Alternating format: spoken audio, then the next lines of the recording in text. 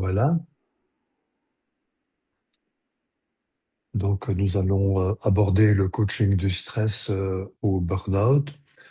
Alors il y a les aspects typiquement liés au coaching. Comme vous le voyez, je suis médecin neurologue aussi à la base. J'ai arrêté mes activités médicales maintenant. Euh, et comme médecin neurologue, le petit côté neurosciences revient parfois au grand galop pour interpréter les plaintes somatiques des personnes. Mais on ne demande pas, vous allez voir tout à l'heure, au coach d'établir un diagnostic de burn-out, mais de l'accompagner au moment opportun. Donc on va parler des facteurs de satisfaction au travail, le stress. Je vais vous définir ce qu'est le burn-out suivant la définition du Conseil supérieur de la santé, avec des illustrations de cas vécus. Nous parlerons effectivement de la place donc, du coaching dans le burn-out. Et enfin, je vais amorcer la boîte à outils qui serait disponible pour vous si vous vous lancez dans le coaching du burn-out. Et cette boîte donc sera bien développée au cours de la masterclass pour une journée et la formation en 2 fois 2 jours.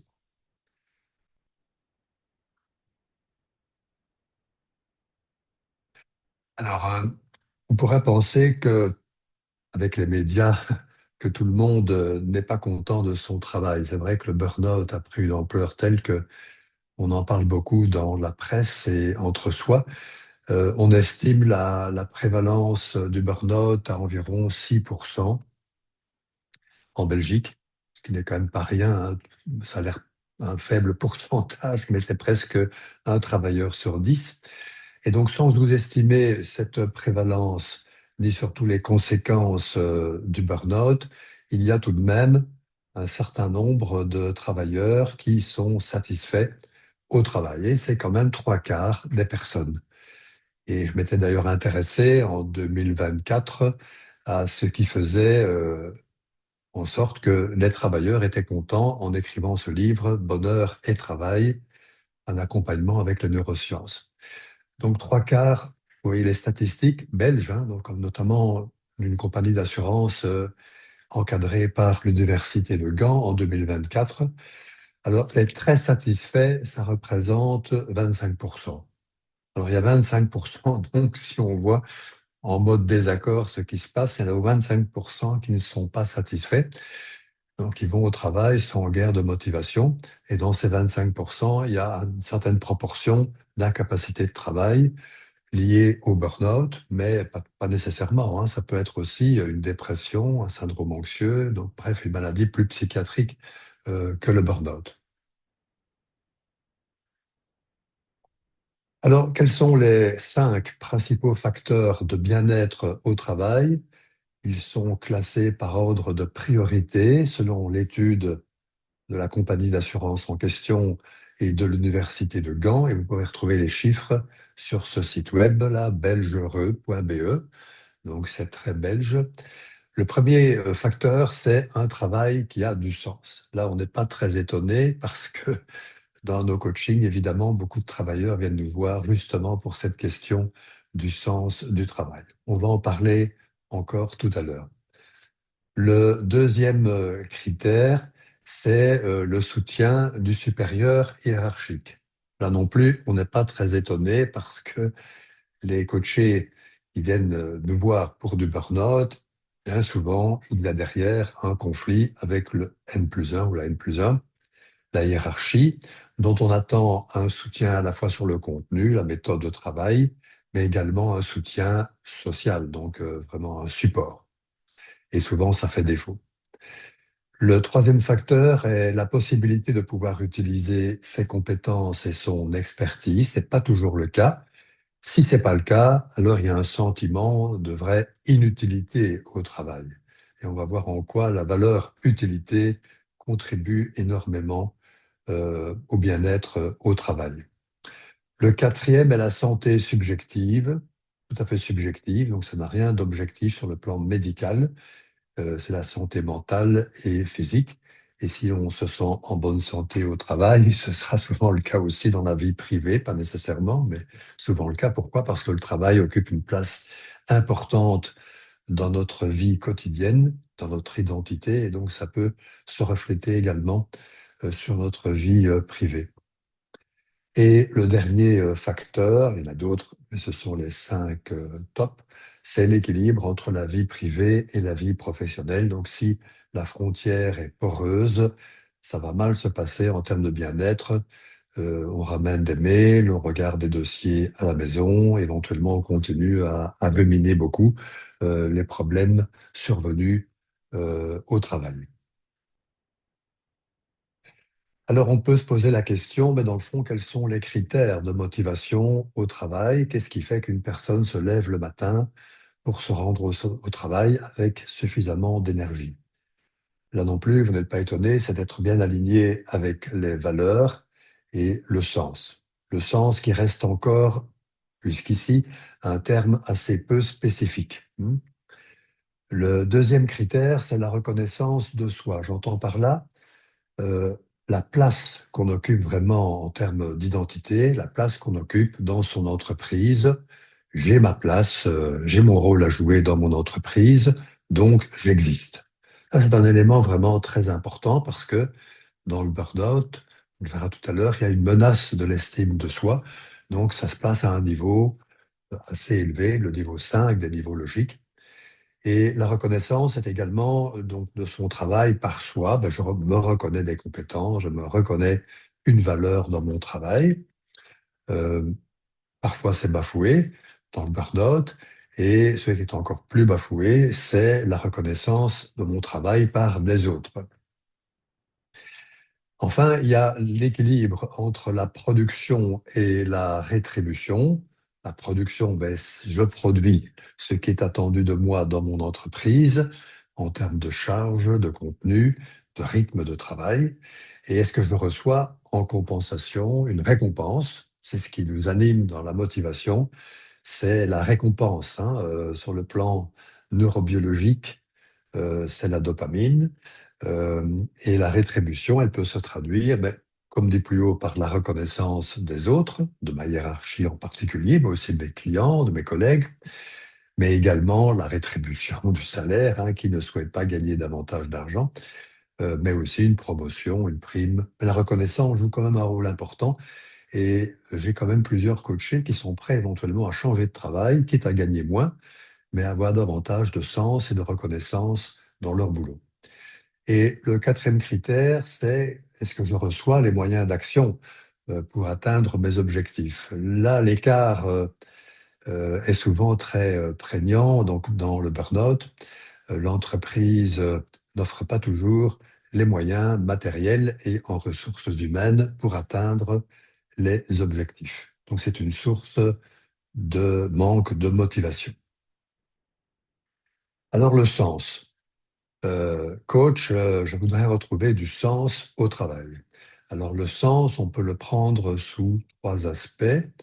Ben, il y a d'abord basiquement les organes des sens.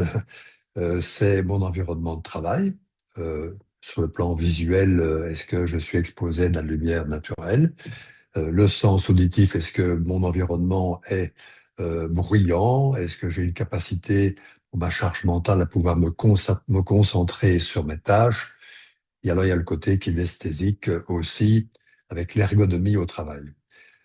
Ces côtés-là, donc du sens, eh bien, est pris en compte par le projet fédéral FEDRIS dans le questionnaire sur les domaines affectés par le burn-out. On a à questionner le client sur justement son environnement de travail. Alors, et la deuxième signification du sens, ben, c'est la direction qu'on veut donner à son métier, à sa carrière professionnelle. C'est quelque chose qui est exposé par nos coachés dans certains cas. Je me pose des questions sur mon avenir dans cette entreprise. Je voudrais progresser et ce n'est pas le cas.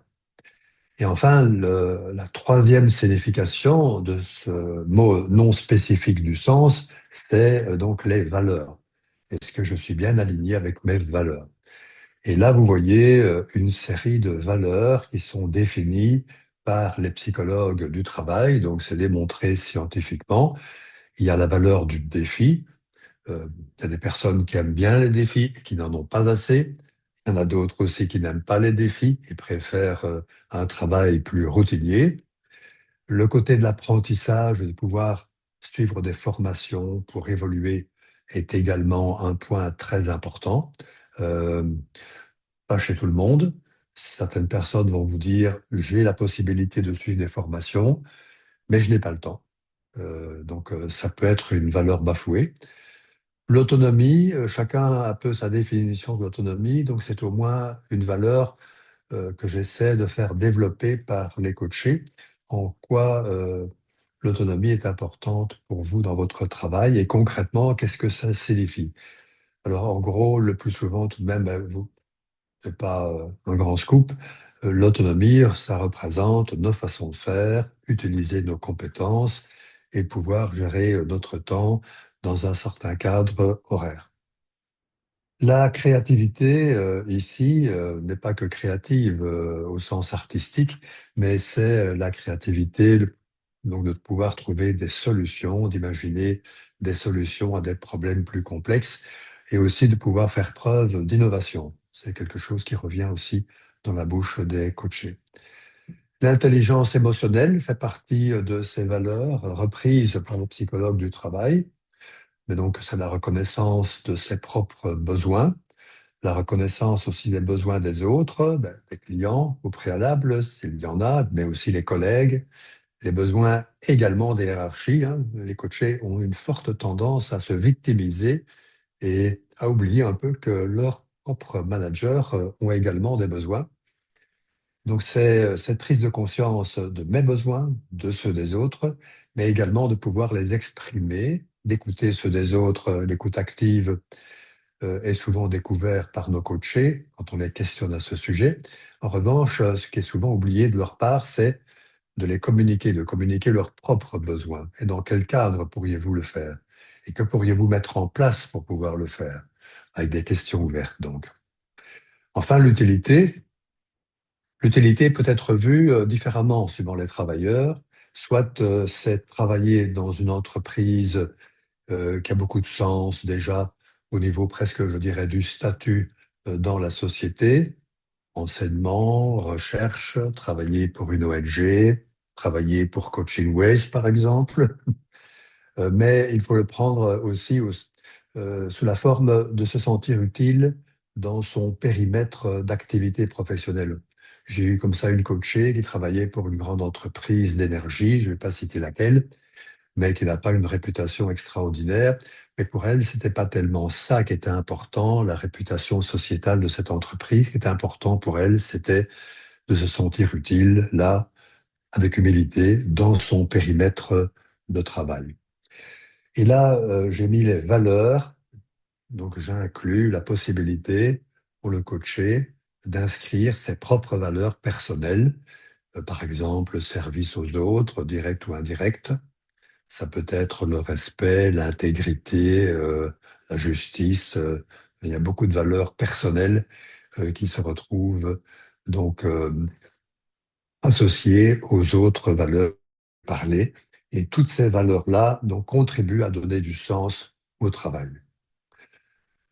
Voilà pour la première thématique sur ce qui peut rendre une personne heureuse dans son travail, ou en tout cas ressentir au moins du bien-être. Morgane, as-tu déjà des questions éventuellement sur le chat? N'hésitez pas à poser vos questions déjà sur cette thématique, si vous le souhaitez. Pas de questions. Si vous en avez, n'hésitez pas. On peut y revenir de toute façon à la fin du séminaire, si vous le souhaitez. Alors, on va aborder le Moi, stress. Oui, je t'en prie. comment arriver à faire prendre conscience de l'importance des questions ouvertes sans tomber dans de la formation? Donc ici, les questions ouvertes sont à poser au maximum. Évidemment, de temps en temps, il pourrait y avoir une question fermée. Ça pourrait arriver. On n'est pas dans la formation ici d'un coaché sur le stress qu'il vit ou sur ce qui pourrait faire son bien-être au travail. Vous allez voir tout à l'heure, on va aborder un premier outil qui permet d'explorer les critères de satisfaction du coaché euh, au sein de son entreprise, donc son environnement, et puis aussi d'explorer avec le coaché justement ses valeurs. Je vous montrerai un premier outil. Une précision sur la question, je veux dire pour que les coachés comprennent l'importance de les utiliser. D'utiliser, Euh, utiliser quoi? Jean-Michel, tu peux préciser. Les questions ouvertes. Oui, les questions ouvertes sont importantes, en particulier pour les valeurs, puisqu'à chaque valeur, il y a une équivalence concrète, c'est-à-dire de poser la question, qu'est-ce que c'est pour vous la justice? Qu'est-ce que c'est pour vous le respect? Vous parlez de service aux autres, qu'est-ce que c'est pour vous? Donc c'est comme ça qu'on ouvre le champ des possibles. Là, je vous ai expliqué des significations les plus fréquentes pour certaines valeurs, mais le sens de la question ouverte est d'explorer l'équivalence concrète pour chacune de ces valeurs. Merci. Il n'y a pas d'autres Y a-t-il questions. une autre? Ok. Donc, on va aborder la thématique maintenant du stress avec sa prévalence, les différents types de stress, les trois phases et comment identifier un facteur de stress. Et vous aurez un exercice à faire. Voilà, donc le stress, donc les études montrent tout de même que 4 salariés sur 10 sont exposés au stress. Et plus on monte dans la hiérarchie, plus le stress est vécu. Donc, vous voyez, plus de 50% des cadres supérieurs, près de 2 tiers en fait, ressentent du stress au travail. Et donc, j'ai envie de vous poser la question, et vous, sur les 3 dernières semaines, où en êtes-vous sur votre perception du stress? Alors, on peut le mesurer avec cet outil qui est le baromètre du stress. Donc, c'est pas un thermomètre pour mesurer la température du corps. Comme vous le savez, un baromètre, c'est un outil qui mesure la pression atmosphérique. Ici, on va mesurer la pression individuelle, la pression mentale. Alors, on peut se poser quelques questions de critères. Et donc, regardez les critères et tâchez d'estimer votre niveau de stress. Je les passe en revue avec vous. La zone verte est la meilleure zone, donc je ne suis pas trop stressé, je suis concentré sur mes tâches, sur ce que je fais. Je suis productif. Euh, donc il y a un bon équilibre, on le verra tout à l'heure, entre les contraintes du travail et mes ressources. Ce n'est pas à prendre ici au sens de la performance attendue par votre patron. Et alors, je suis clair dans mes priorités. Donc, c'est la zone verte avec un score compris entre 0 et 3. Alors, on entre dans la zone orange, quelques signaux faibles. Je ressens un certain degré d'urgence dans mon travail, et ça de manière récurrente. Il y a un certain nombre d'imprévus. Je me sens assez régulièrement agacé, irritable, mais c'est encore à ce stade intériorisé. Je ne l'extériorise pas encore, mais ça bouillonne. Et j'ai quelques difficultés à prioriser mes tâches.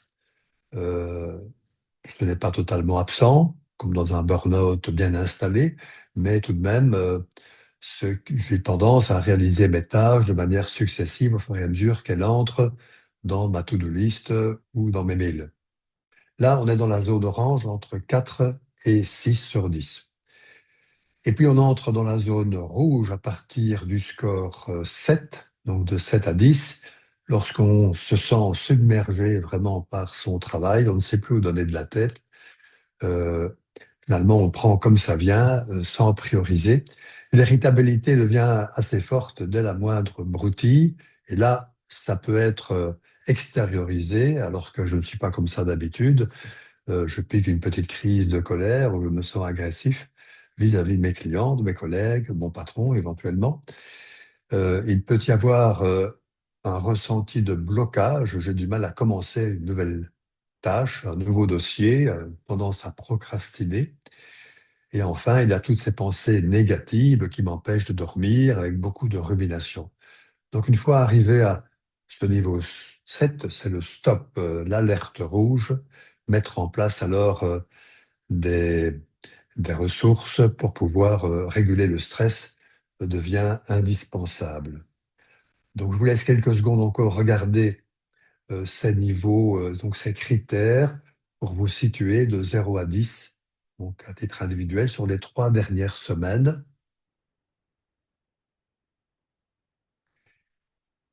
Donc, vous êtes soit dans le niveau vert, le niveau orange ou rouge, et Morgane va lancer le sondage. Donc, c'est anonyme, donc vous répondez au sondage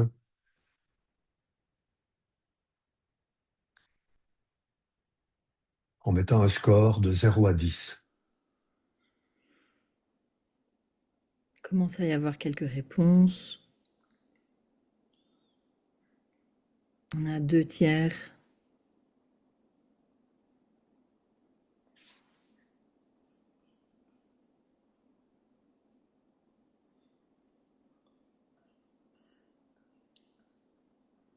Voilà. On a 17 réponses sur 19. Et alors, la majorité des réponses se trouve au 6. 28% a répondu 6, 22% 4, 28% 2. C'est-à-dire la majorité se trouve entre 2 et 6. Mhm. Merci beaucoup. Euh, Je peux partager les résultats. Voilà à quoi ça ressemble. Vous voyez les résultats? le baromètre pour le moment, je ne vois pas le résultat personnellement, Il est juste en dessous. En fait, il faut mais scroller. Mais ok, voilà. En ok. gros, 28% 6 et 28% 2. Les autres sont entre 2 et 8. Merci Morgane et merci à vous d'avoir répondu à ce sondage. J'ai une question dans le chat. Tu veux que je te la pose maintenant ou un peu plus tard? Oui, je Oui. t'en prie.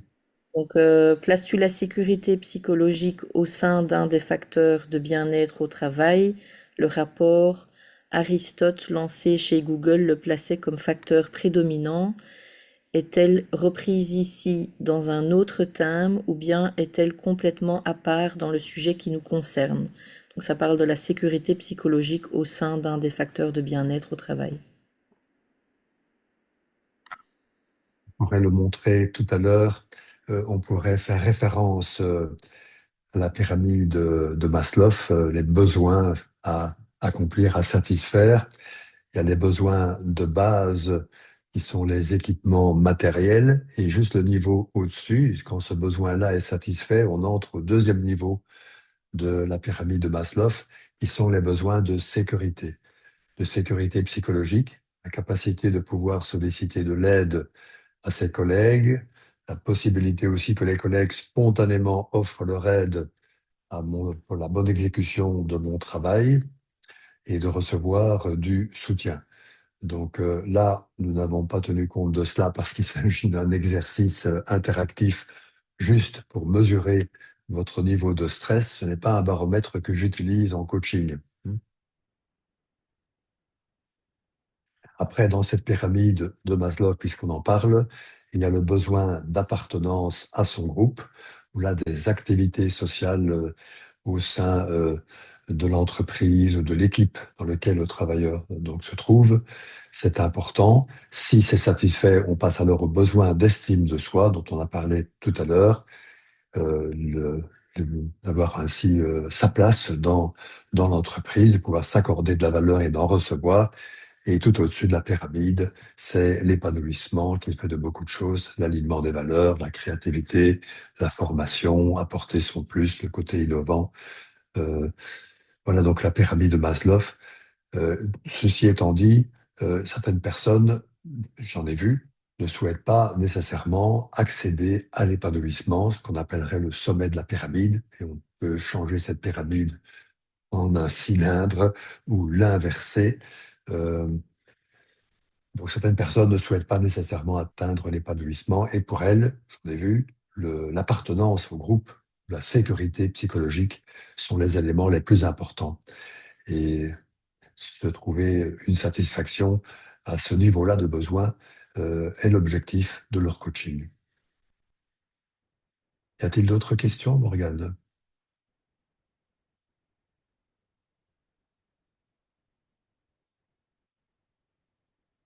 Pas pour l'instant. Donc la balance du stress, c'est ce qu'il faut vraiment avoir en tête comme coach, avec les questions ouvertes également, c'est d'explorer quelles sont les contraintes donc, du travail, c'est-à-dire la charge et le rythme du travail. C'est finalement ce que l'entreprise attend de son travailleur. Et puis, il y a les ressources de l'individu pour répondre à ces contraintes. Et parmi ces ressources, il y a l'autonomie, dont on parlait déjà tout à l'heure en termes de valeur. Donc, dans quelle mesure pouvez-vous exercer vos compétences? Dans quelle mesure pouvez-vous exercer vos façons de faire dans votre travail? Dans quelle mesure pouvez-vous gérer votre temps, intégrer dans votre agenda ce que vous avez à faire? Et à côté de l'autonomie, il y a, et c'est pas négligeable, le soutien social qui est souvent bafoué dans le burn-out ou dans le stress chronique. Qu'est-ce que c'est le soutien social? C'est une personne de confiance, une, deux, trois personnes de confiance à qui on peut exprimer son ressenti ainsi que les problèmes que l'on rencontre dans son travail. Ça peut être des personnes de confiance, je ne parle pas ici de médiateurs ou de personnes en charge de la prévention des risques psychosociaux, puisque la loi oblige les entreprises d'avoir une telle personne, internalisée ou externalisée. Je parle ici vraiment de personnes avec qui le travailleur, la travailleuse a des contacts au cours d'un lunch. Ça peut être des personnes que l'on rencontre autour de la cafetière en prenant le café ou en pause détente. Des personnes qui sont au sein de l'équipe, mais pas nécessairement. Ça peut être aussi des personnes en dehors de l'équipe du travailleur. Donc l'idée, vous l'avez compris, c'est d'arriver à un bon équilibre entre les ressources et les contraintes du travail. J'ai une question, Alors, oui, Patrice. tant pis. Tu parles de facteurs professionnels. Vas-tu également parler de la dimension multifactorielle du burn-out et de l'accumulation des facteurs de risque chez certaines personnes pour qui le stress privé et pro sont très importants, ou l'inverse, un bon soutien privé peut venir contrecarrer un environnement pro défavorable, ou l'inverse, ou alors, enfin, c'est une question multiple. Tu n'envisages le burn-out que dans une dimension professionnelle. Parlé tout à l'heure. Donc, je ne vais pas répondre Ça va. maintenant, mais en effet, dans le soutien social, puisque je viens de l'évoquer, je vais y répondre. Le soutien social peut venir évidemment aussi de la famille, c'est clair. On verra le rôle encore des ressources tout à l'heure pour aller vers son état désiré. Alors, le stress, stress positif, évidemment, tout le monde l'a vécu, ça contribue à notre développement professionnel, mais pas que, aussi personnel. C'est l'occasion d'apprendre avec ce stress, de mener à bien une tâche, un projet qui va déboucher sur du succès.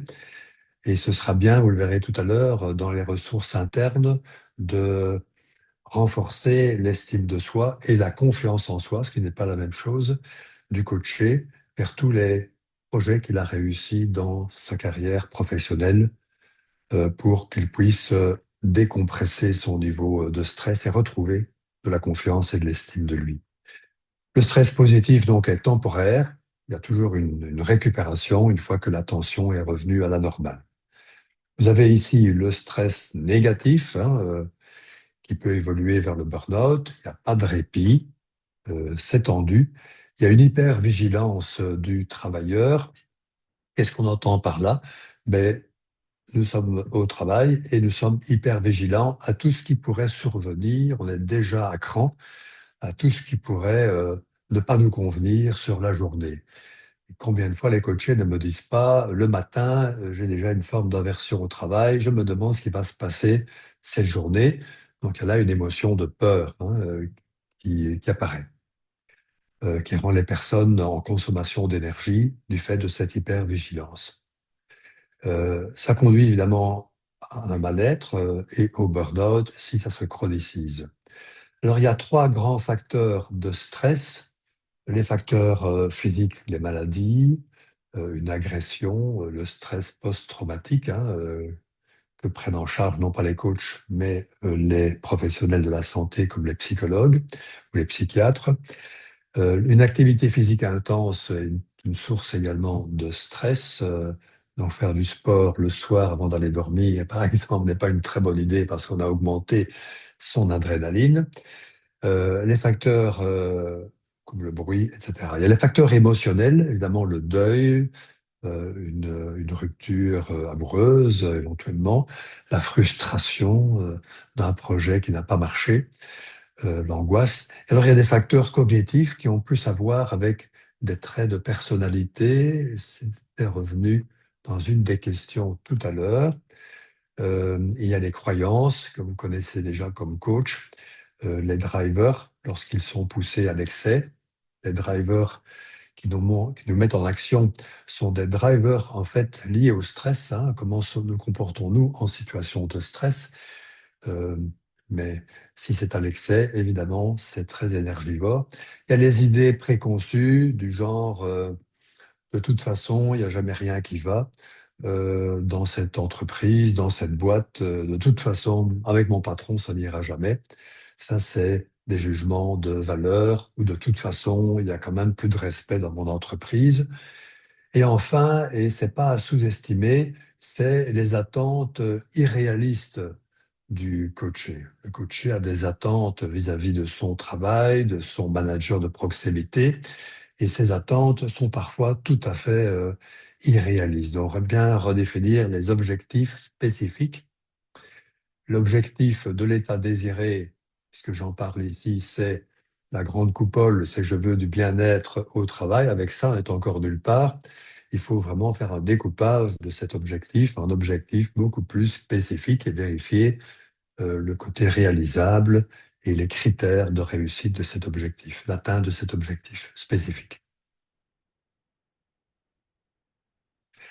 Alors, Anne-Célie, je tenais à vous montrer la photo. En fait, le stress, c'est pas une affaire qui date d'hier, hein. On en parlait déjà dans les années 50, donc c'est pas nouveau. Comme quoi, c'est pas lié nécessairement à notre style sociétal uniquement.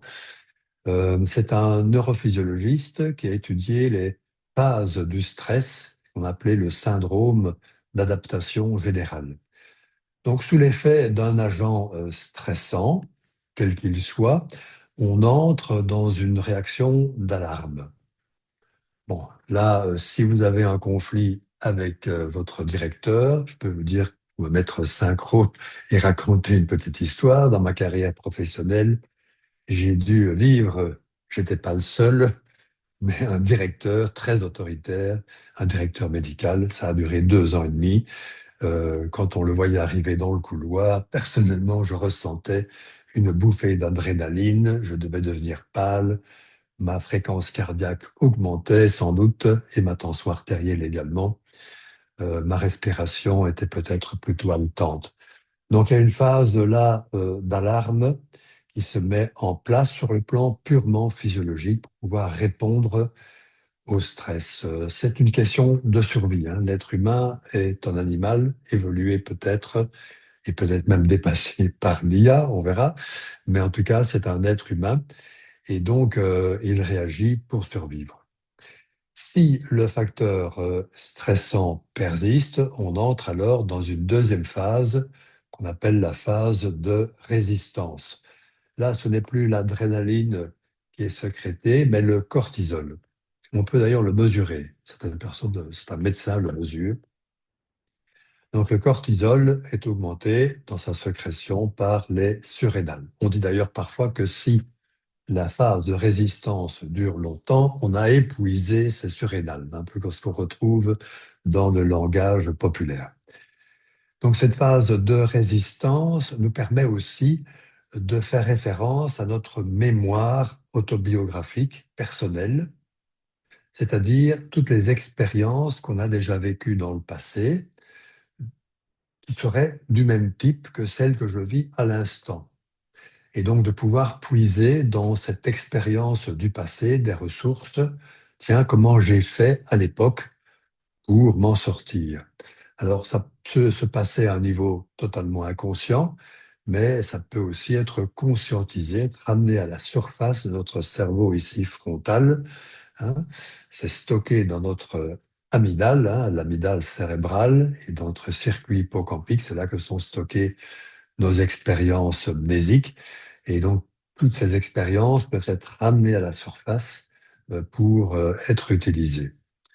Alors, dans le meilleur des cas, dans la troisième phase, il y a un retour à la normale, comme le montre ici la courbe verte, on a trouvé des ressources, ou bien le facteur stressant tout bonnement a disparu, on n'y est plus exposé. Euh, mais s'il y a une persistance du stress, il s'installe alors un véritable état d'épuisement, on n'a plus d'énergie et physiologiquement, la réponse immunitaire diminue. On est beaucoup plus sensible aux infections. Personnellement, j'ai rencontré une coachée qui a été exposée à un stress professionnel dans une société américaine, vraiment et au cours d'un séjour aux États-Unis pour son travail, elle revient vraiment avec un stress. C'était quand même, je pense, une phase de burn-out qui était déjà présente. Et elle revient avec une infection à staphylocoque doré multirésistant en Belgique, alors qu'habituellement, c'est le genre de bestiole que l'on rencontre plutôt dans les hôpitaux, mais pas dans un milieu professionnel. Enfin, il y a des troubles du sommeil, l'insomnie, évidemment, souvent de réveil nocturne vers 2, 3 heures du matin plutôt que l'endormissement. Euh, L'appétit, manque d'appétit, de libido, et ça évolue vers tous les symptômes classiques du burn-out. Tu as des questions, Morgane, à ce stade? J'ai pas de nouvelles questions dans le chat pour l'instant. Alors, comment identifier un facteur stresseur? Eh bien, il y a un acronyme, CINE. Alors, je l'ai représenté dans une salle de cinéma et il est projeté, cet acronyme, sur l'écran. Le C signifie la capacité que nous avons de contrôle sur le facteur en question, l'événement qui se produit.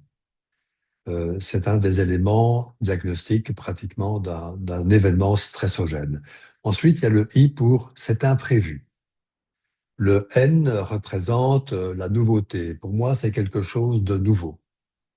Et le E, c'est l'ego, mais pris au sens de notre identité. On dit que, tiens, je l'ai pris pour moi. Alors, je vais vous raconter une histoire personnelle aussi. J'étais en voyage, nous avions visité la Chine, et puis il fallait rentrer euh, en Belgique, mais au préalable, il y avait une escale en Suisse. Et nous sommes là à Hong Kong avec mon épouse et une de mes cousines. Et nous sommes là au desk où on déposait nos bagages. Et les Chinois, c'est visage impassible. Surtout, ne manifestez pas votre énervement devant l'hôtesse chinoise, qui au demeurant est sans doute fort sympathique, mais elle répond à des règles, mais aussi sans doute une certaine culture. Euh, et elle nous annonce que notre avion est retardé. Revenez dans 1 heure voir ce qu'il en est. Alors nous revenons dans 1 heure, il est déjà 22 heures, euh, et on est sur le point de louper notre escale en Suisse. On lui demande, mais non, nous ne savons pas, l'avion est toujours retardé. Le stress commence à s'installer chez tout le monde, mais aussi chez moi, je dois dire. Et je commence à poser des questions, mais quelle est l'origine finalement de la panne? Et je dois dire que mon ton commençait à devenir beaucoup plus agressif, entre guillemets. Du coup, mon épouse me dit, mais écoute, arrête, calme-toi, tu sais, avec les Chinois, il faut se comporter calmement. Et puis, tu es quand même coach, réfléchis un peu à ce qui se passe. Et dans le fond, ce qui se passe, c'est que je n'avais pas le contrôle sur la situation. Je ressentais une émotion de colère, ça m'énervait. Il y avait quelque chose d'imprévu qui est survenu. C'était, je ne vais pas dire franchement que c'est nouveau, mais en tout cas pour moi, c'était nouveau. On sait que ça peut arriver quand on prend l'avion, mais pour moi, c'était quelque chose de nouveau. Et là, je le prenais franchement pour moi, je ne suis pas respecté, donc ça me met en colère. Je suis le client de votre compagnie, vous ne me donnez pas d'explication. Et donc, j'ai envie de vous demander, et vous, est-ce qu'il y a quelqu'un parmi vous qui pourrait prendre la parole et raconter une petite histoire, petite ou grande, peu importe, qui nous permettrait d'identifier ces critères de stress? Alors, Morgane, tu vois tout le monde. Moi, je ne vois que certains participants. Donc, voilà, une petite histoire. Levez la main si vous êtes prêt à partager une petite histoire. Ouvrez le micro et allez-y, hein. C'est une question que je pose à mes coachés. Donc, racontez-moi une histoire. Et ensemble, nous allons identifier les critères qui font que vous vous êtes énervé, vous vous êtes stressé.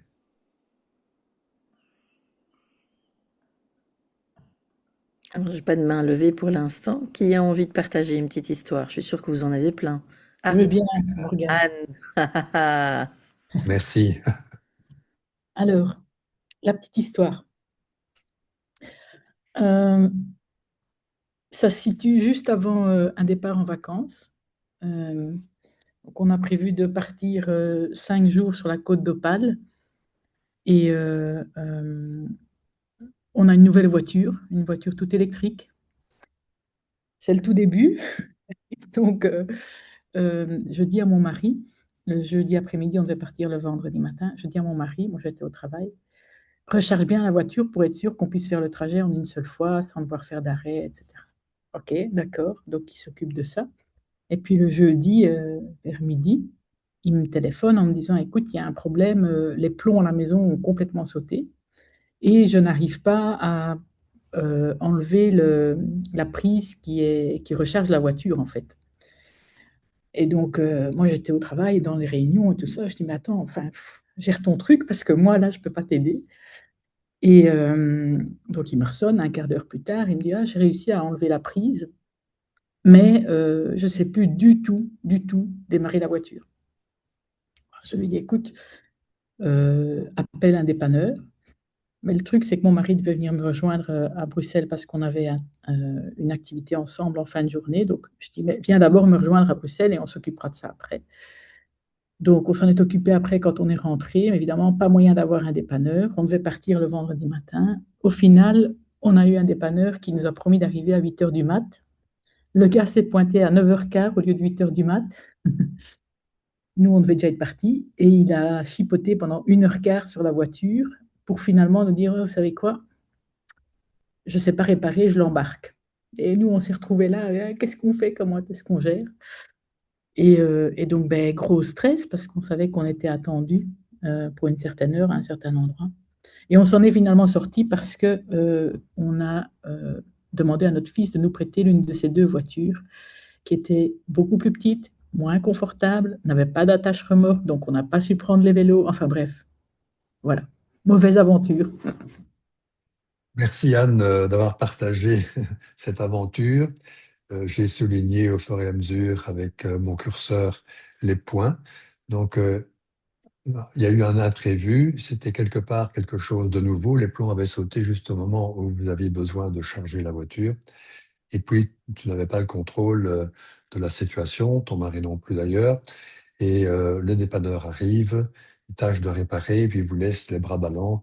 Et là, vous vous mettez finalement en stress et en colère sur vous-même, peut-être pas nécessairement, je ne sais pas, sur le réparateur, mais en tout cas, vous étiez très embarrassé. Donc, ce n'est plus une affaire de fait. Là, on a quitté le factuel.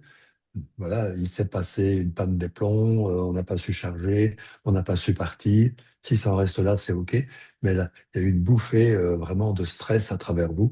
Et c'est tout votre être, quelque part, qui a souffert. Voilà une illustration donc de l'acronyme CINE. Alors que faire justement? Et vous avez réagi à cette situation. Alors voilà, il y a cette image de la main, une image métaphorique. Quand on vit une situation de stress, on le sent dans notre corps quelque part. Et le lieu du corps où nous sentons le stress peut nous aider, ainsi que vos coachés, à identifier l'émotion. Donc de mettre un nom sur l'émotion ressentie. Souvent, c'est l'oppression thoracique ou la boule dans la gorge pour l'angoisse, c'est l'émotion de peur. Ça peut être les crampes abdominales ou la colère, mais la colère est souvent un bouillonnement de la tête, du cou, du corps, c'est plus large que cela. Si c'est de la tristesse, c'est un abattement plus général. Et donc, avec la main, qu'est-ce qui se passe? Les émotions sont allocalisées dans la paume de la main. Et les doigts de la main représentent notre capacité, ici préfrontale, à prendre de la hauteur, du recul, à analyser, éventuellement anticiper, et mettre alors en marche des actions et des comportements qui vont aboutir à réguler cette émotion et trouver des solutions. En situation de crise, et c'est le cas du burn-out, on a un trop-plein vraiment d'émotions, ça bouillonne très fortement dans la paume de la main, il y a plus, les doigts sont étendus, il n'y a pas de contrôle. Et donc, après avoir identifié son émotion, je ressens de la colère, ma batterie n'est pas chargée, quel est mon besoin qui n'est pas satisfait à ce moment-là? Pour avancer, je vais évoquer une hypothèse, si tu le permets, Anne. C'est peut-être pas la bonne hypothèse, mais enfin, ça nous permet d'avancer. C'est un besoin probablement de sécurité qui a été bafoué. Nous ne pourrons pas arriver à temps pour nos vacances. Peut-être une question de respect, je ne sais pas. Mais une fois donc le besoin bafoué est identifié, c'est de poser en question ouverte au coaché, mais qu'est-ce que tu peux mettre en place alors comme action, comme comportement pour satisfaire ce besoin? Voilà l'idée. Donc à ce moment-là, on referme les doigts sur la paume de la main. Ça permet de mieux maîtriser donc les émotions. Et quand je dis maîtriser, c'est pas faire disparaître l'émotion tout à fait. Ça, c'est quelque chose que l'on peut quand même signaler à notre coaché. On entre un peu peut-être dans une formation, mais c'est très courte, très court. C'est de lui dire, écoutez, réguler les émotions, c'est diminuer la durée de votre émotion, c'est pas la faire disparaître tout à fait, mais aussi diminuer l'intensité. Plus courte, moins intense.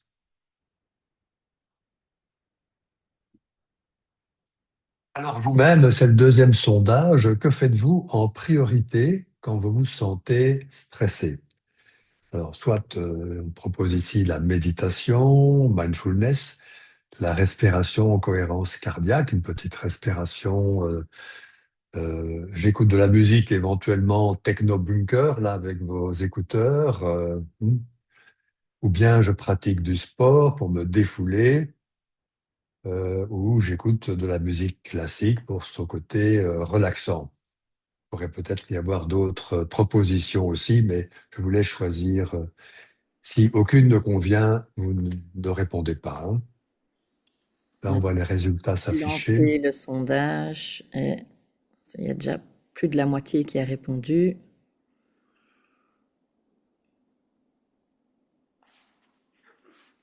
Alors, on est à 14 sur 20 réponses.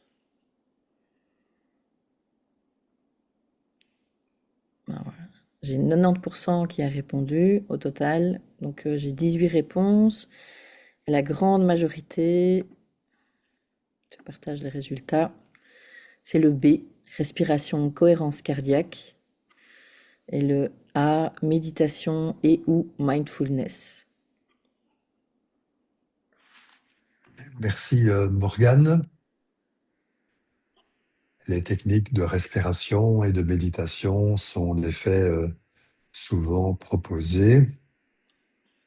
Et je vous propose un outil que vous pouvez proposer vous-même à vos coachés, c'est la main, et de demander un exercice respiratoire d'inspiration en levant l'index vers le haut et expiration en descendant, et puis de parcourir ainsi tous les doigts de la main en inspiration, expiration. Là, on n'a pas besoin de GSM pour faire un exercice, une application de cohérence cardiaque. Ils peuvent pratiquer avec tout le monde à deux mains. Et donc, on peut utiliser sa main où on veut. Évidemment, faire ça devant son collègue, c'est peut-être pas adapté. Mais en tout cas, c'est assez positif pour déstresser sur le moment. Je suis un grand fan du techno-bunker quand je suis au sport, personnellement, pour me déstresser. Ça me permet d'entrer dans ma bulle et avec les basses là de fournir un effort. Euh, alors, on va passer au burn-out. As-tu des questions, Morgane, sur la thématique du stress? Pas pour l'instant. Il y a eu un partage d'une personne qui partageait qu'en fonction des moments de stress, elle avait différentes façons de faire diminuer Oui. ce stress. Mais pas de questions en particulier jusqu'à présent. OK. Donc, je vais vous définir le burn-out et je vais vous l'illustrer par des cas vécus. Le stress comme cause, donc on fera le lien entre le stress et le burn-out précisément, et quelle est la place du coaching. Alors, le Conseil supérieur de la santé a défini le burn-out, et là je rebondis sur une question qui a été posée tout à l'heure. C'est un processus multifactoriel, donc il y a plusieurs causes possibles. D'ailleurs, si ben, une personne se présente à vous et qu'elle vous dit qu'elle est en burn-out, qu'elle souhaiterait un accompagnement, mais que parmi les causes, seul un conflit a été identifié avec le manager de proximité, en parlant de lui d'elle comme étant un pervers narcissique, par exemple. S'il n'y a qu'une seule cause de ce genre, ce n'est pas du burn-out. C'est multifactoriel. On va voir tout à l'heure, dans un instant, là, sur cette diapo d'ailleurs, les autres critères. Il y a une exposition prolongée de plus de 6 mois en situation de travail. Là, je parle ici du burn-out professionnel. Euh, Ceci étant dit, le burn-out parental, quand on discute avec des psychologues, le burn-out parental n'est guère différent du burn-out professionnel parce qu'on retrouve le même écart entre la charge de travail, ici liée à la famille, et des traits de personnalité qui font en sorte que la transaction entre ce qui est demandé dans la sphère familiale et l'individu, le parent par exemple, cette transaction est perturbée. Donc, la définition du Conseil supérieur de la santé, c'est en situation de travail, mais on va retrouver pratiquement les mêmes caractéristiques. Il doit y avoir un stress persistant lié à un manque de réciprocité. Qu'est-ce que ça veut dire? Ça veut dire qu'il y a soit, et on peut avoir les deux éventuellement, un écart entre l'investissement, c'est-à-dire que je réponds par mon investissement aux exigences que me réclame mon travail, mon entreprise, c'est en anglais le demand, l'exigence, et ce que je reçois en retour.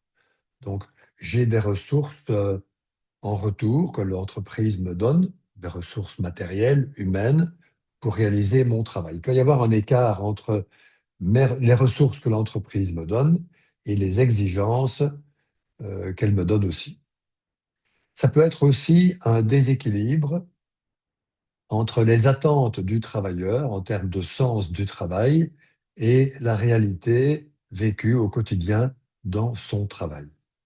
Alors, pas plus tard que jeudi dernier, j'ai eu un coaché, un jeune de 35 ans qui travaille comme trader dans une grande banque. Et il est dans une phase de déni. Il me dit d'ailleurs, vous savez, j'ai plutôt l'impression qu'il s'agit d'une dépression, mais quand je le questionne, je le voyais à titre diagnostique, avec ma casquette à la fois médicale et psychologique, dans ce cas-là. Petit instant. Eh bien, la charge de travail pour lui était importante, mais dans le fond, dans ce métier, c'est pas inhabituel et il le vivait assez bien. Et rentrer plus tard chez lui n'était pas pour lui un problème. Mais c'est finalement davantage le déséquilibre entre le sens qu'il trouvait à son travail. Il avait perdu vraiment le sens, à quoi ça sert. Je ne suis pas très concerné, je suis un junior dans cette équipe. En plus, c'est une équipe, comme souvent dans ce métier, hyper performance. On est très agressif l'un vers l'autre. On se pousse du coude pour arriver au statut de senior. Tout ça n'a pas beaucoup de sens pour moi.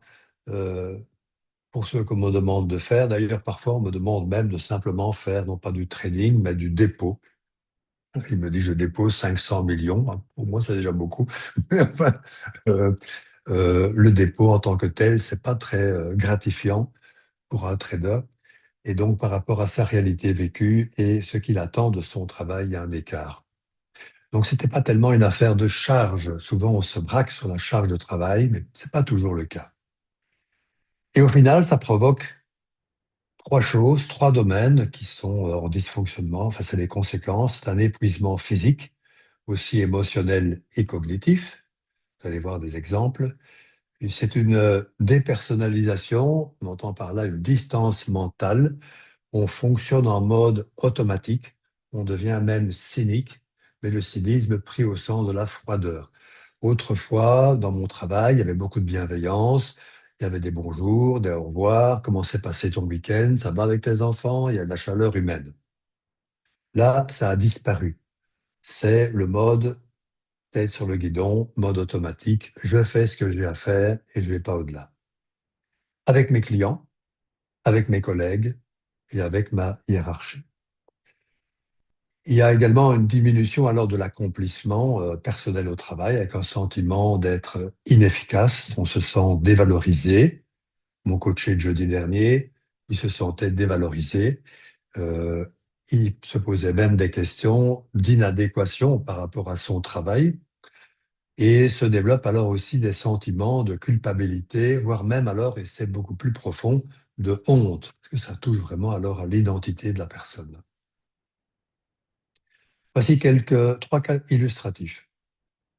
Si c'est une infirmière, chef, qui est brillante, elle est passionnée par son travail, comme souvent dans les situations de burn-out d'ailleurs, il y a un hyper investissement dans le travail, une hyper motivation, un sens aigu des responsabilités, elle est perfectionniste, elle aime que les choses soient bien faites comme elle veut, comme elle veut. Elle a des critères internes, un cadre de référence interne assez fort. Même dans le sport, elle pratique du jogging, elle se donne à fond. Souci de la performance. Et puis, elle commence à mal dormir, se réveille en milieu de nuit, elle se sent épuisée, un manque d'énergie. Elle arrête le sport, qui pourtant, c'était bien pour elle, parce qu'elle se sent trop fatiguée. Elle est manifestement dans le faire plaisir, elle accepte toutes les demandes de service sans demander elle-même de l'aide aux autres quand elle se sent dépassée. Il y a des problèmes cognitifs, l'oubli, elle est distraite, elle ne supporte plus la critique, elle réagit pour des broutilles, elle devient même rigide alors qu'elle était plutôt flexible avant. En particulier lorsque ses collègues changent d'horaire, hein, je ne saurais pas venir demain, est-ce qu'on peut trouver une remplaçante? Et donc, pour vous, ce serait quoi? Bien, je vais vous donner la réponse. C'est l'épuisement physique. Il y a énormément de fatigue, elle dort mal, mais il y a aussi un épuisement émotionnel parce qu'elle ne supporte plus la critique et elle devient rigide du fait de ce trop-plein d'émotions. Alors Philippe, lui, c'est un coordinateur en oncologie dans un centre hospitalier assez réputé. Sa vocation a toujours été de rendre service aux malades. Et il dit oui aussi à tout le monde parce qu'il aime faire plaisir. Il est très compétent, il est bien organisé. Mais il est progressivement devenu cynique et cassant avec ses collègues et même avec les patients, alors que pourtant c'était une de ses valeurs, le service aux autres et aux patients. Il se résigne, le travail perd de son sens, il est distant, froid. Et avec les patients, ça se passe parfois mal.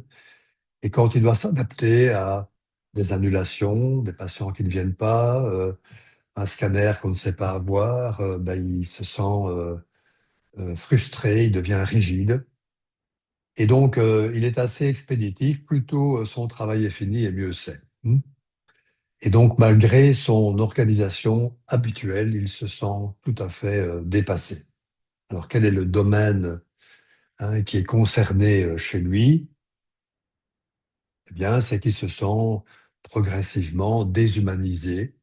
Il se sent devenir un robot hein, dans une mécanique infernale, je veux dire. Hein, il n'a plus de prise sur son environnement, il est devenu cynique. Et la troisième illustration, c'est un CEO qui me voit, il travaille dans une très grande entreprise, il est brillant, Marc, très performant, c'est un nom d'emprunt, prénom d'emprunt, il est exigeant envers lui-même, beaucoup d'exigences, mais aussi sur les autres. Il aime bien réussir et que son équipe réussisse, hein, atteigne ses KPI. Il est très apprécié et il est ouvert aux autres. Donc même s'il est très exigeant vis-à-vis des autres, il est très intéressé, très impliqué dans son équipe. Il aime bien contrôler. Il aime bien contrôler, mais il n'hésite jamais non plus en dehors du contrôle, à aider les directeurs de son COMEX si nécessaire. Du coup, la pression dans ce contrôle et cette hyper-exigence est devenue énorme. Dans un marché pour son entreprise qui est devenu très concurrentiel, il est vraiment accaparé par ses tâches opérationnelles et il s'en rend compte. Il fait trop d'opérationnel par rapport à sa vision stratégique et il perd la vision même de son entreprise. C'est pourquoi d'ailleurs il consulte un coach. Donc il paraît déstructuré et même ses collègues le trouvent moins mordant pour décider. Il ne sait plus décider, il hésite, il demande du temps. Alors qu'autrefois, il était peut-être dans un management de conquête. On ne peut pas parler ici non plus de management de gouvernance, de finesse. C'est vraiment l'incapacité à décider.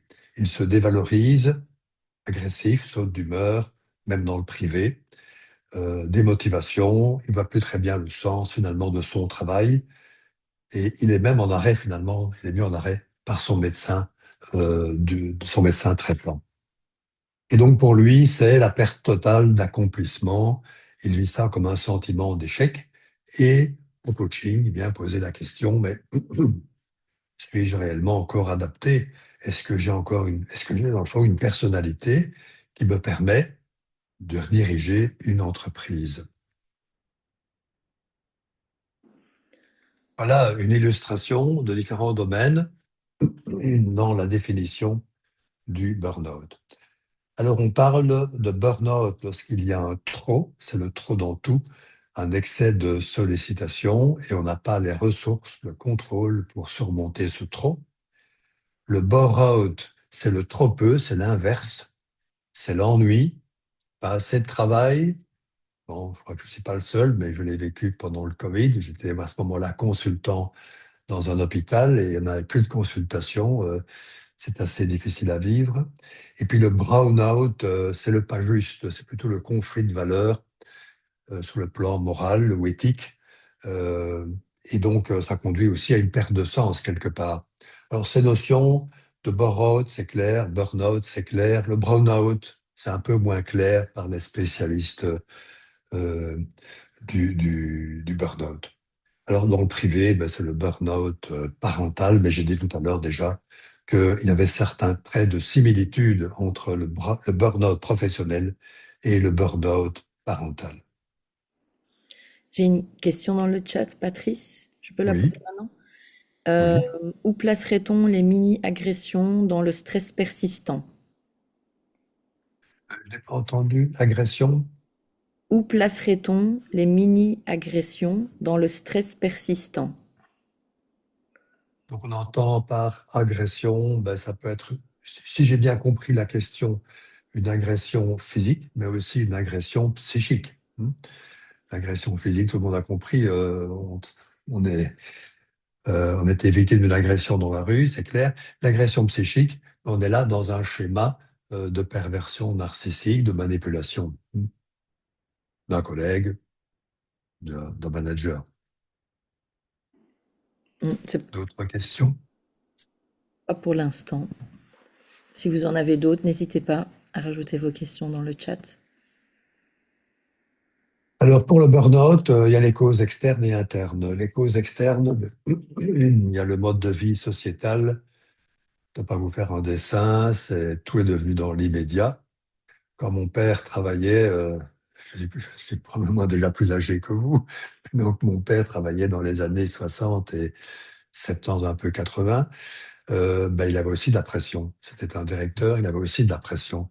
Mais tout était dans un temps lent. Cependant, il devait travailler le samedi matin. C'était comme ça à l'époque. Moi-même, j'ai encore eu des cours à l'université le samedi matin. C'était un temps lent. On prenait son téléphone, c'était le courrier postal de pas vous faire un dessin. Performance, monde instable, compétition, effervescence permanente, hyperconnexion, hein. Mode de fonctionnement des organisations, ben oui, le flux tendu, la pression, charge et rythme élevé, changement permanent au sein des organisations, nécessité d'une adaptation euh, constante à l'environnement et la compétition sur le marché, et surtout peu de reconnaissance. Le manque de reconnaissance est un élément pratiquement constant. Alors, ces dysfonctionnements sociétaux et les organisations peuvent aussi se combiner, c'était l'objet d'une question en début de séminaire, avec le mode privé.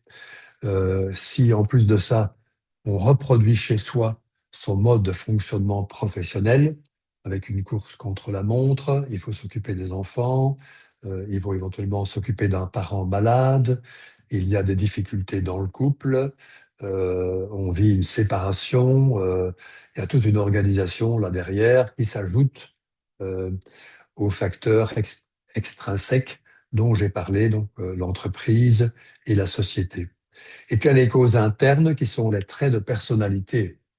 Je vais y revenir tantôt, mais bon, le perfectionnisme, le faire plaisir, des personnes qui sont peu flexibles aussi sur le plan social, donc qui ont une certaine forme de psychorigidité, seront plus sensibles à développer du burn-out.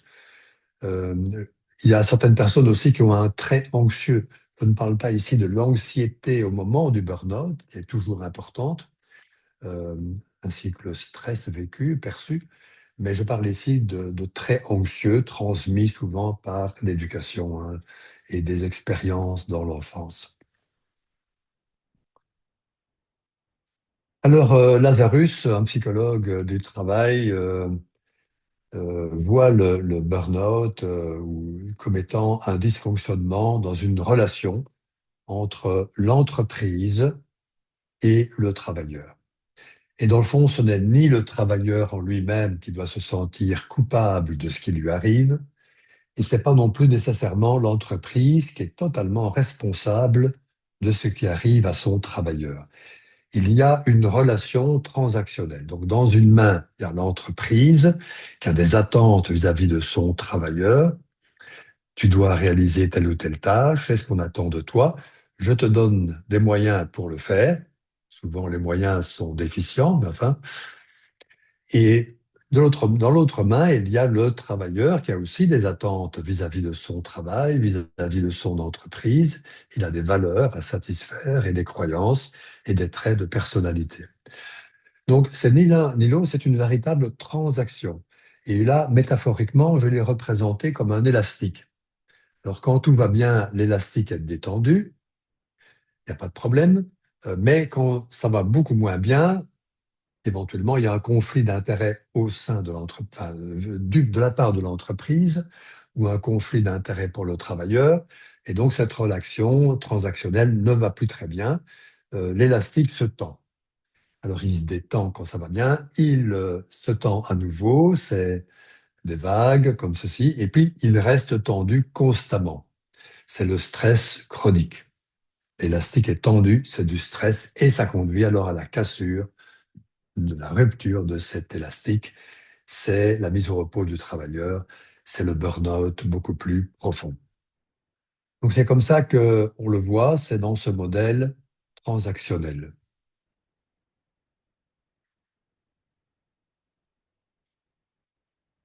Alors, quelle est la place du coach maintenant dans ce cadre? Alors, il est possible qu'un de vos clients vous demande, tiens, pouvez-vous m'aider, par exemple, hein, c'est un objectif spécifique, pouvez-vous m'aider dans la régulation du temps, à gérer mes priorités? Je n'en sors pas, comment puis-je faire? Ou mes mails. Et puis, à cette occasion-là, vous échangez avec des questions ouvertes et vous constatez qu'il y a différentes plaintes, des symptômes, des signaux d'alarme d'un burn-out et qui doivent vous conduire d'arrêter la prise en charge ou de la mettre en suspens et de confier alors votre client en lui expliquant qu'il est préférable qu'il consulte son médecin traitant ou un psychologue, voire un psychiatre. Donc, c'est d'être en tout cas au courant des symptômes du burn-out. Je n'ai pas le temps aujourd'hui de les évoquer, mais ce sera le cas au cours de la masterclass et de la formation plus approfondie qui sera donnée en automne. Le rôle le plus classique du coaching, c'est d'intervenir au moment où le client a repris suffisamment d'énergie. De 0 à 10, ce serait 6, 7. N'attendez pas qu'il ait 8 ou 9. À ce moment-là, je crois que le client n'a plus tellement besoin de vous en réalité. Parce que à 6 ou 7, il a déjà suffisamment d'énergie, mais il n'en a pas encore assez que pour avoir construit un nouveau projet. Or, pour lui, le travailleur, qui est fort impliqué dans son travail, ce qu'il demande, c'est de pouvoir reprendre très vite son travail, le plus vite possible. Et s'il peut reconstruire son projet, ça va l'aider aussi à regagner de l'énergie. Et donc, le travail consistera à pouvoir lui faire identifier, dans le fond, quelles sont ses valeurs, ses croyances, ses missions de vie, sa vision du monde, suivant la pyramide de Dilst, pour retrouver du sens. Après ce travail, on peut voir de quelle manière on peut modéliser son nouveau projet avec lui. Il y a différentes possibilités, mobilité interne. Il retourne dans son même boulot, mais il change lui-même de comportement, donc il vient avec des besoins à satisfaire, des nouveaux besoins. Il retourne alors au travail, mais moyennant une réunion de liaison. C'est vraiment très important que le coach puisse amener son client à organiser une réunion de liaison ou de réintégration professionnelle. Moi, j'aime bien le mot liaison plutôt.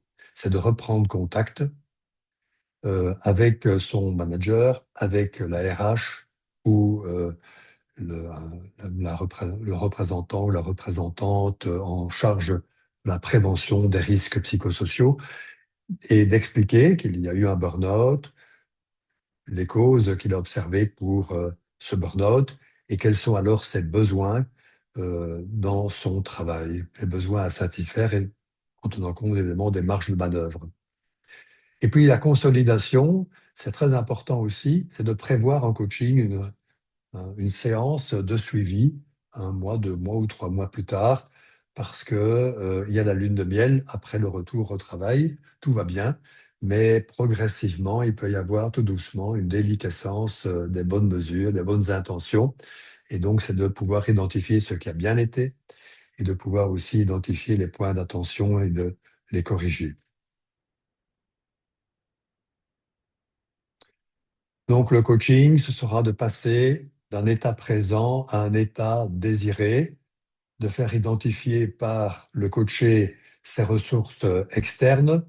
Et là, c'est le soutien social des amis, des collègues, la famille, euh, éventuellement des formations à suivre.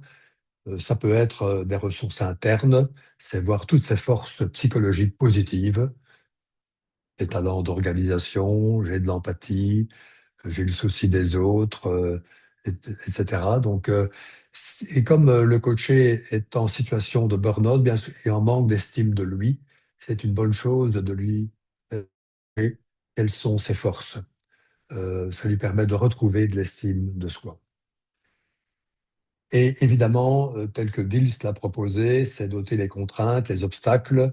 Les obstacles externes, bien souvent, c'est est-ce qu'il y a un job pour moi? Est-ce que mon emploi a été réservé à des personnes dont l'emploi a été supprimé pendant leur incapacité de travail? Quelles sont mes ressources financières? Donc là, on est dans l'hyper concret, mais c'est le rôle du coach aussi. Qu'est-ce que vous voulez gagner? Combien voulez-vous gagner? Est-ce que vous voulez travailler dans la même zone géographique, etc. Et les obstacles internes sont en rapport avec les drivers, hein, le plus souvent, les modifications de comportement qu'ils pourraient adopter, l'instant présent, lâcher prise, les pauses, le focus, une tâche à la fois. Vous voyez donc ces ressources propres et internes au coach.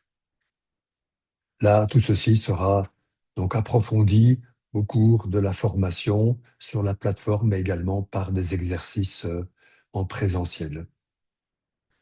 Voici un des exemples dont je parlais tout à l'heure, ça c'était venu également dans la discussion.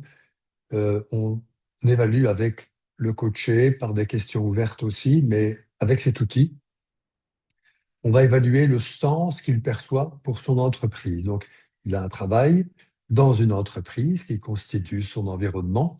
Et voici une série de critères, c'est pas moi qui les ai inventés, hein, c'est des psychologues spécialisés dans le monde du travail. Et donc, on peut demander au coaché, mais quelle est votre perception de vos conditions d'emploi et de l'évaluer de 0, le point central, à 10, ici au-dessus sur le trait que vous voyez là.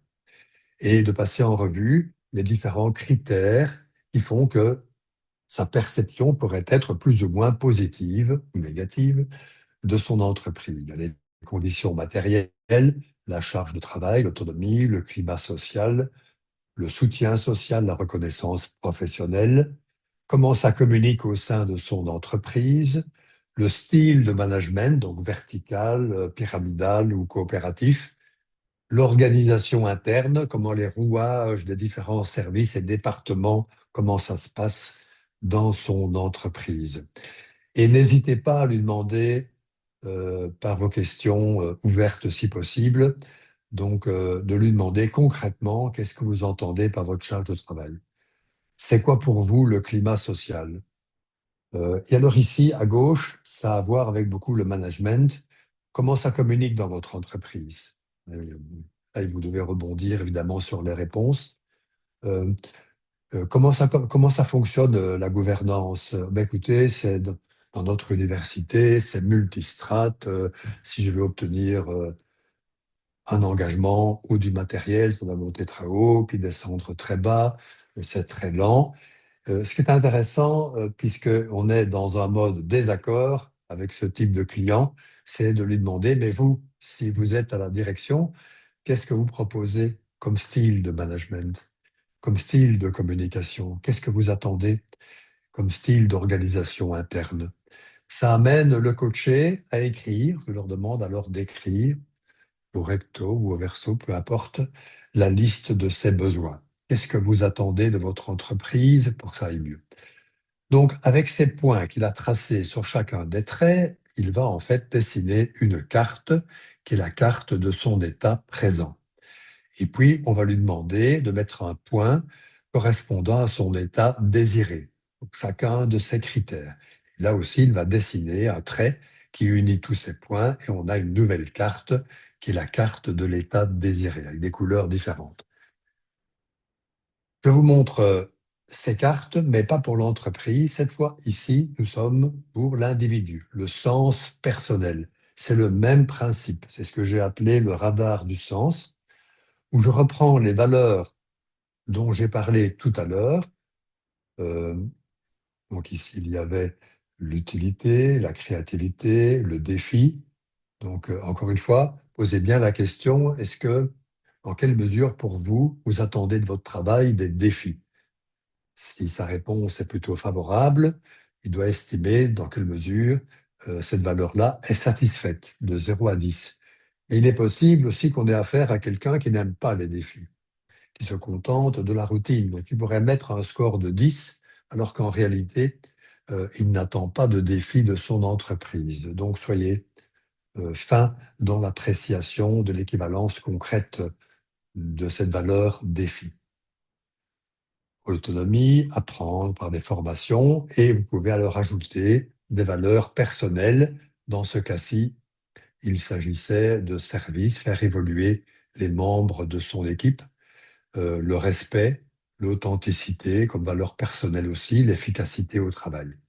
La carte verte représente son état désiré, ce vers quoi il veut aller, et la carte bleue, c'était son état présent. Tout n'était pas mauvais dans son état présent. Alors on peut demander à le recoacher, mais finalement, qu'est-ce que ça vous dit? Vous posez la question du quoi. Qu'est-ce que ça vous dit ces deux cartes? Et alors, pour moi, ce qui est important, c'est que je puisse satisfaire beaucoup mieux l'efficacité, que je puisse travailler dans un climat d'honnêteté et authentique.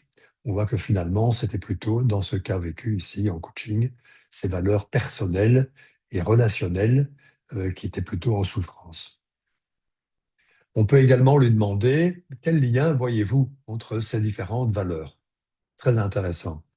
On pourrait dire, tiens, si je travaille dans un climat d'authenticité, eh bien, ça va contribuer à mon efficacité.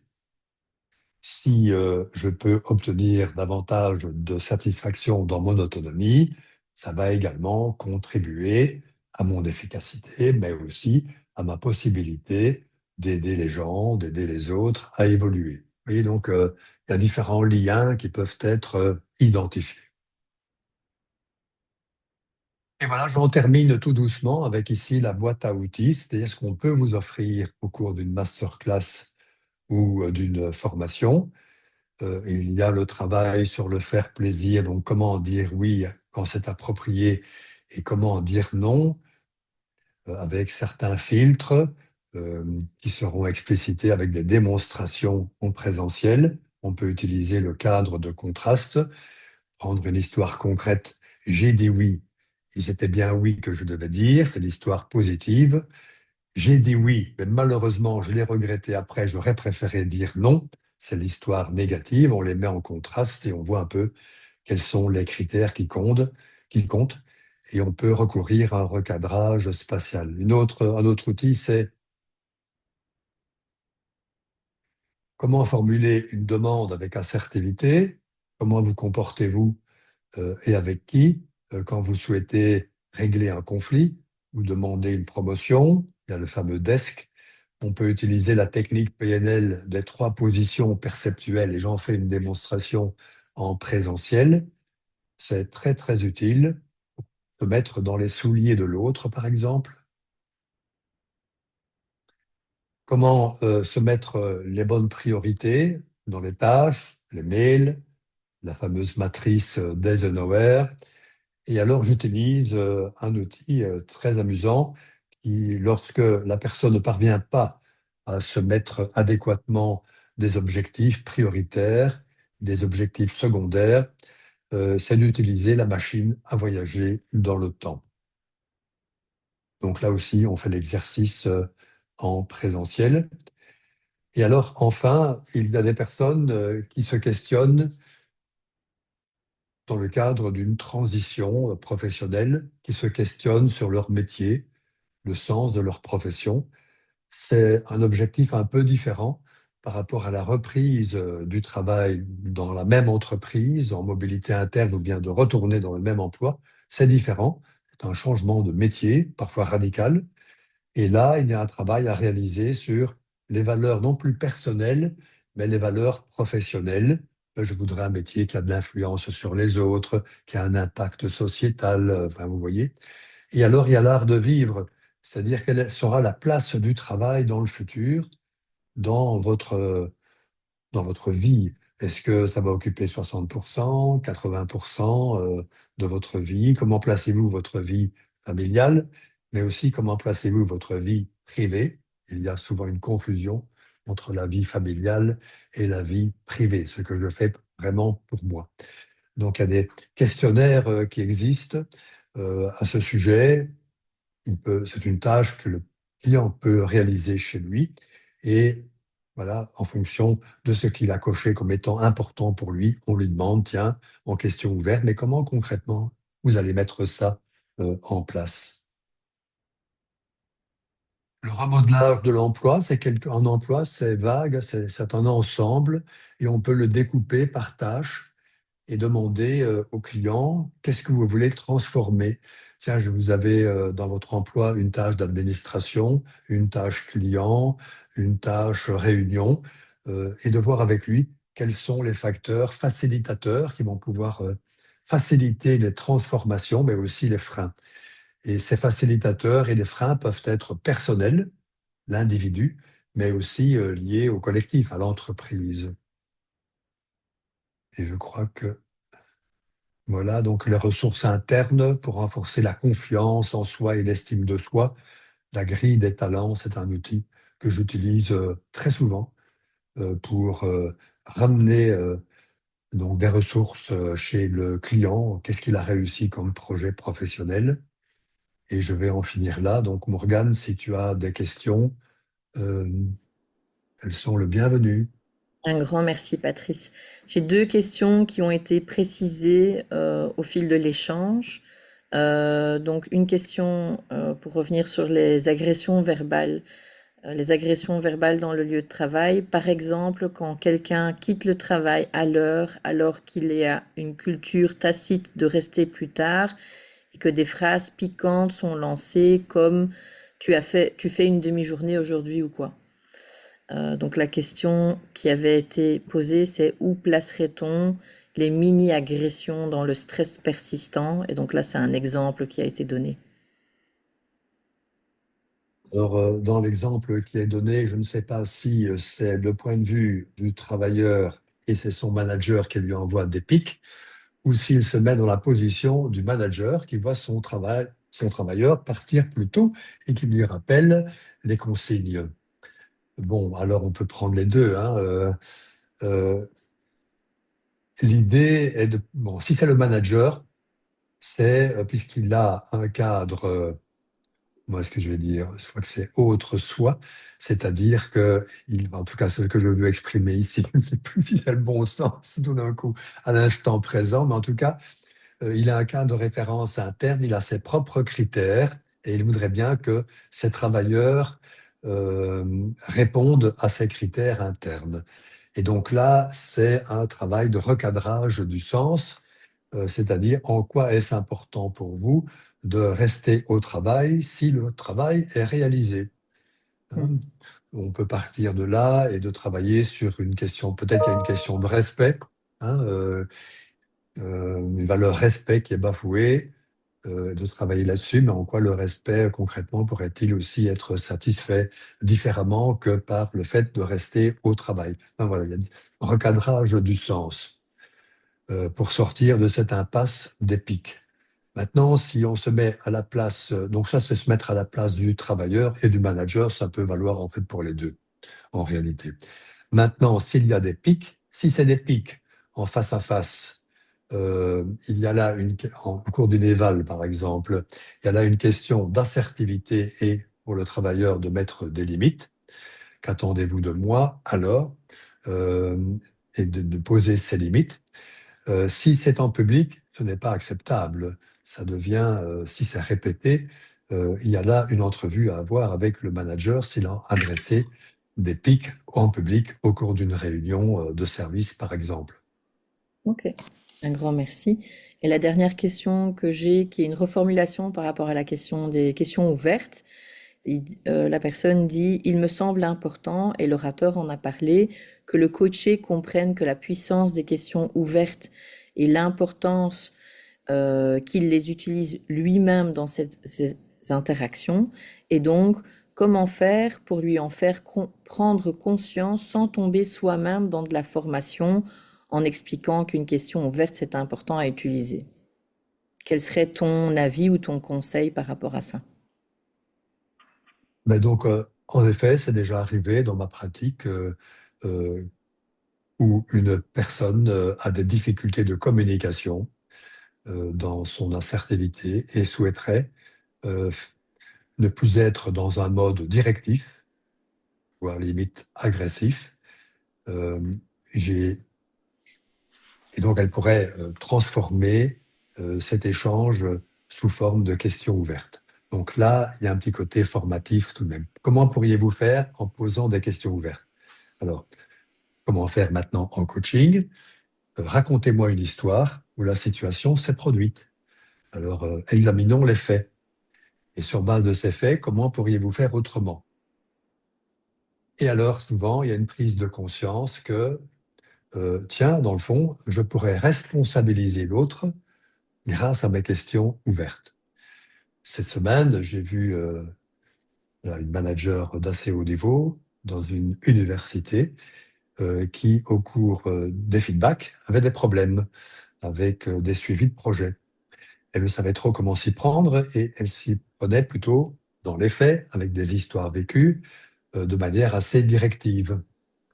Euh, et finalement, grâce à une prise de conscience, de responsabiliser ses collègues, elle pouvait réaliser un feedback différent Tiens, quelle solution proposes-tu alors? Tu me rappelles qu'il y a une difficulté, il y a tel ou tel fait. Euh, Quelle solution envisages-tu?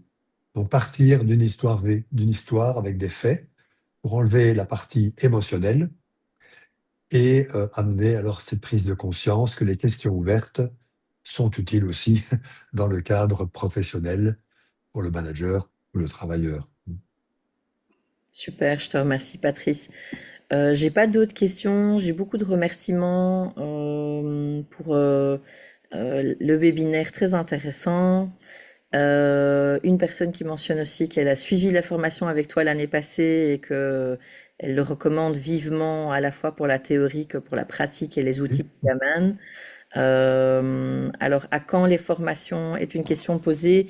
Je vais le déposer dans le groupe WhatsApp qu'on a au niveau de l'alumni. Il y a une masterclass qui va être organisée cette année en distanciel, qui sera en mai. Je vais juste voir quelle date on avait fixée. C'est le 23 mai. Oui, c'est ça, le 23 mai, c'est un samedi. Et ce sera 100% en distanciel. Comme ça, les outre belges pourront y participer facilement aussi. Et il y aura aussi des points CCU pour la masterclass. Et pour la formation qui se fait en 4 jours cette année, c'est octobre et novembre, un week-end à chaque fois. Les dates sont déjà sur le site et vous pouvez me contacter pour plus d'informations. Donc ça, c'est pour les informations pratiques. Et le prochain webinaire sera donné par Fred Perron, qui est là. Tu fais un petit coucou de la main, Fred. Et ce sera sur le coaching d'équipe le premier mardi du mois d'avril. Je mettrai les informations au courant de la semaine sur le groupe WhatsApp également. Voilà, un très grand merci à Patrice et à tous ceux qui étaient présents aujourd'hui. J'espère que ça a répondu à vos questions. En tout cas, vous repartez avec au minimum une chose nouvelle que vous pouvez utiliser pour votre pratique. Un grand merci à tous. Et à vous.